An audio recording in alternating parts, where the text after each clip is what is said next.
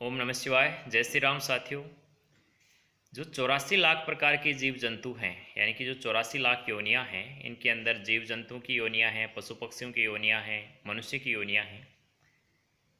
लगभग 52 अरब वर्ष यानी कि ब्रह्मा की जो आयु है उस पर कल्पना होती है। उससे पहले युग परिवर्तन होते रहते हैं, उस तक ये क्रम चलता है। ऐसा नहीं है कि हर एक जीव 84 लाख योनि भुगत के ही आ रहा है।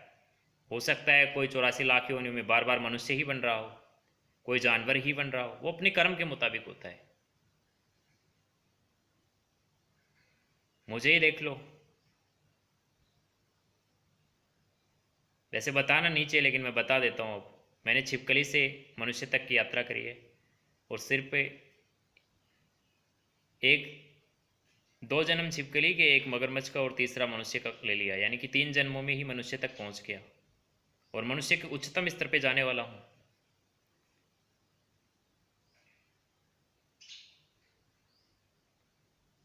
कर्म के मुताबिक तपस्या की है, अपने शरीर को कष्ट दिया है।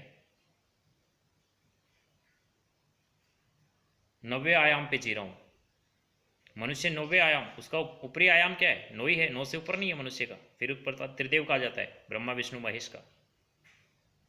मनुष्य योनि में हूँ तो मेरे जो उच्चतम शिखर है वो 90वें आयाम तक है। अब ये जो 84 लाख योनियाँ हैं वो 4 प्रकार से पैदा होती हैं। कुछ अंडों से पैदा होते हैं, कुछ पसीने से पैदा होते हैं, कुछ भूमि से पैदा होते हैं,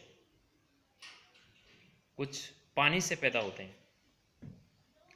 संभोग की प्रकृति के आधार पर बात करें तो ये 2 प्रकार से पैदा होते हैं, एक संभोग से और दूसरे बिना संभोग से। यानी कि एक मैथुन प्रकृति से पैदा होते हैं, एक बिना मैथुन प्रकृति से पैदा होते हैं। फिर ये अपने कर्मों के मुताबिक और अपने मैनिफेस्टेशन के मुताबिक,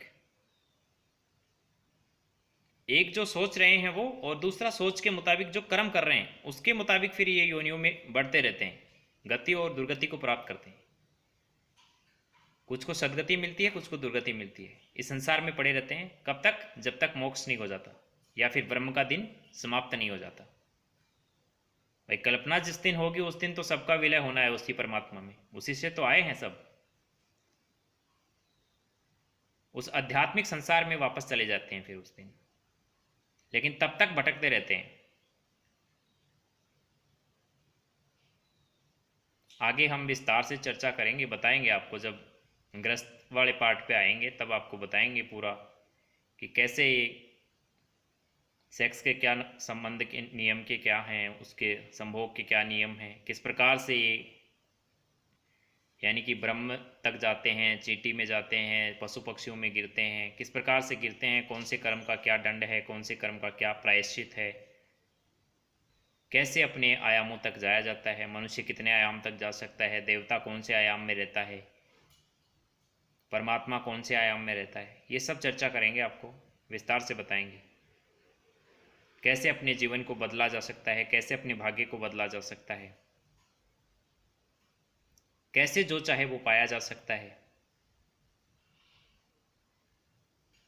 कैसे इस दुनिया में अपनी एक दुनिया बनाई जा सकती है। ये हवा में बातें नहीं कर रहा हूँ मैं, क्योंकि मैं खुद करके आया हूँ, मैंने खुद किया है। झोंपड़ी से महल तक पहुँचा हूँ मैं, और महल से साम्राज्य बनाने वाला हूँ मैं, साम्राज्य तक की यात्रा कर रहा हूँ। धन्यवाद। जय हिंद, जय भारत।